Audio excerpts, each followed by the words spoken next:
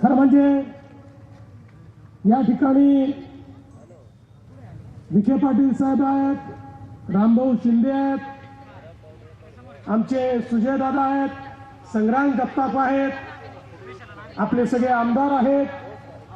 त्यामुळे मी येण्याची आवश्यकता देखील नव्हती, पण मी हा विचार केला की या निमित्ताने आपल्याशी संवाद साधता येईल, या निमित्ताने आपलं दर्शन घेता येईल आणि त्याचसोबत आपल्याला ज्या काही अडीअडचणी आहेत त्या समजून घेता येईल। आणि म्हणून आज या सभेकरता मी आलो। पण मी इथे यायच्या आधीच आपण सगळ्यांनी भाजप राष्ट्रवादीचे 5 नगरसेवक बिनविरोध या ठिकाणी निवडून दिले, त्याबद्दल आपल्या सर्वांचे मी मनापासून आभार मानतो।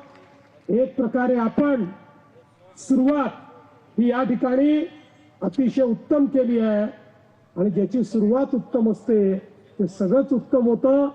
त्यामुळे माझ्या मनामध्ये पूर्ण विश्वास आहे की या महानगरपालिकेमध्ये आपल्या महायुतीचाच महापौर बसेल आणि पूर्ण बहुमत हे आपल्याला या ठिकाणी निश्चितपणे मिळेल। खरं तर बंधू भगिनींनो, आपण जर बघितलं तर आपल्या देशामध्ये जवळजवळ 70 वर्ष शहरांकडे दुर्लक्ष झालं। आम्ही गावाचा विकास करत होतो, तो विकासही महत्वाचा होता। भारत हा गावांमध्ये बसतो, त्यामुळे त्याचा विकास झाला पाहिजे, संकल्पना योग्य होती। पण 70 वर्ष गावाचा विकास करता करता शहरांकडे मात्र शासनाचं दुर्लक्ष झालं। परिणाम काय झाला? शहरं वाढत गेली। अन्न, वस्त्र, निवारा, शिक्षण, आरोग्य, रोजगार या प्रत्येक गोष्टी करता गावाकडनं लोक शहरामध्ये आले। शहराची लोकसंख्या वाढत होती, आलेल्या लोकांना राहायला जागा नव्हती, झोपडपट्ट्या तयार झाल्या, अतिक्रमण झाली। ज्या बिचाऱ्यांना जिथे जागा मिळेल तिथे लोक बसले आणि त्यातनं शहराचा एक अविकसित अशा प्रकारचा विकास झाला। लोकसंख्या वाढल्यामुळे शहरामध्ये पिण्याच्या पाण्याच्या समस्या तयार झाल्या। लोकसंख्या वाढल्यामुळे घन कचऱ्याचे ढीग हे शहरांमध्ये ठिकठिकाणी आपल्याला पाहायला मिळायला लागले। लोकसंख्या वाढल्यामुळे त्या ठिकाणी नाल्यांमधनं विष्ठा वाहू लागली, सगळं घाण पाणी हे नाल्यांमधनं वाहू लागलं। त्याचा वास, त्याची दुर्गंधी, त्याचे मच्छर, त्यातनं होणारी रोगराई, अशा प्रकारचं सगळ्या शहरांचं चित्र कमी अधिक प्रमाणात महाराष्ट्रात आणि देशात आपल्याला पाहायला मिळायला लागलं।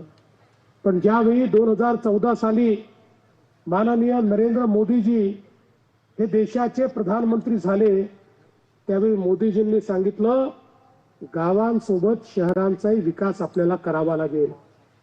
शहरं ही वाढणार आहेत, नागरीकरण हे होणार आहे, लोक शिक्षण, आरोग्य, रोजगाराकरता शहरामध्ये येणार आहेत।